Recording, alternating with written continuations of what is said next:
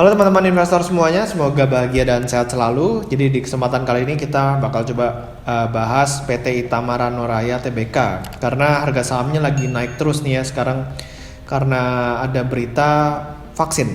Seperti apa perusahaannya akan coba saya bahas setelah yang satu ini.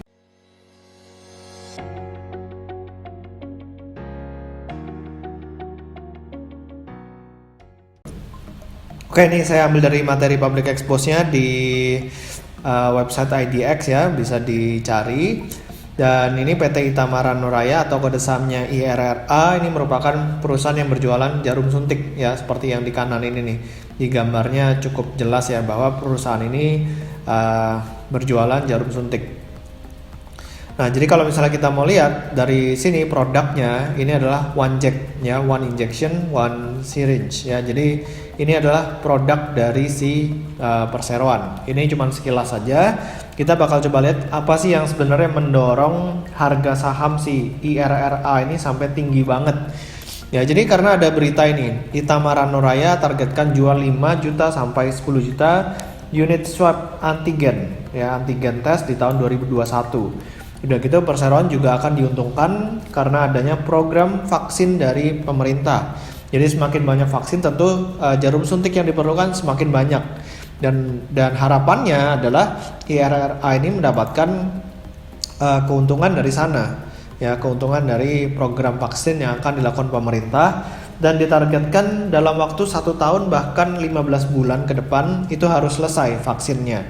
Ya, jadi itu adalah katalis utama kenapa harga saham si IRRA ini naiknya cukup signifikan.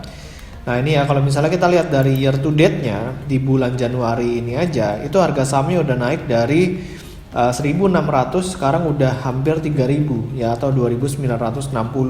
Jadi ini udah luar biasa banget kenaikannya, dan kalau misalnya kita tarik 1 tahun terakhir, itu kenaikannya udah mencapai 313%.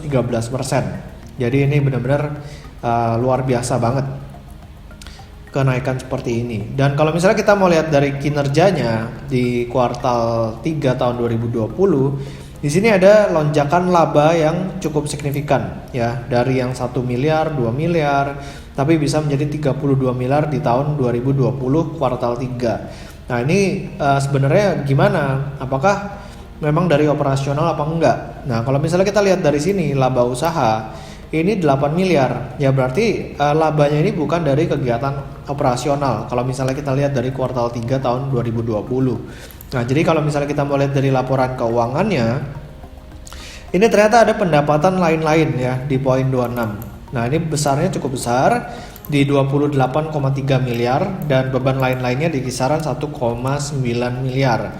Nah, kalau misalnya kita mau perhatikan di others income di catatan kakinya, ini ada keuntungan atau kerugian perubahan nilai wajar efek sebesar 26,4 miliar.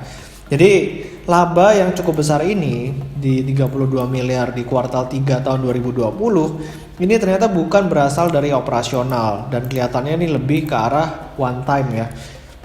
1 kali aja, di tahun depan belum tentu ada gitu kan. Nah, kalau misalnya kita tarik 9 bulan tahun 2020, labanya adalah 35 miliar. Kita bakal coba lihat dari key statistik. Kalau misalnya di annualize, itu sekarang labanya itu adalah 47 miliar. Kalau misalnya pakai TTM, ini 63 miliar. Ya, anggaplah kita pakai yang TTM ya, lebih besar, 63 miliar. Ini current PE ratio-nya ada di 75,77 kali. Jadi udah mahal banget, dan ini jauh lebih mahal daripada Unilever. Ya, Unilever aja nggak semahal ini gitu kan.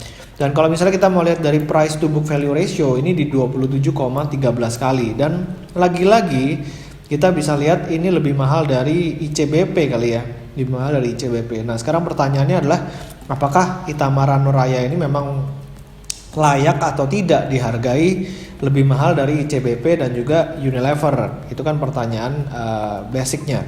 Dan kalau misalnya kita lihat dari solvency rasionya, current rasio 3,22 kali, DER-nya juga sebenarnya masih oke, ya sebenarnya neracanya masih cukup sehat ya. Kalau misalnya kita lihat dari sini. Nah, sekarang balik lagi ke bagian valuasi, ini udah jauh lebih mahal dari emiten-emiten blue chip yang banyak dibicarakan sama orang-orang. Jadi balik lagi kepada kalian, apakah memang prospek dari Itamara Noraya ini sangat-sangat bagus atau hanya sekedar euforia saja. Ya, jadi semoga video kali ini bermanfaat. Jangan lupa buat di-subscribe YouTube channel saya dan juga follow Instagram saya di Pesan Saham. Sampai ketemu di video berikutnya. Selamat berinvestasi.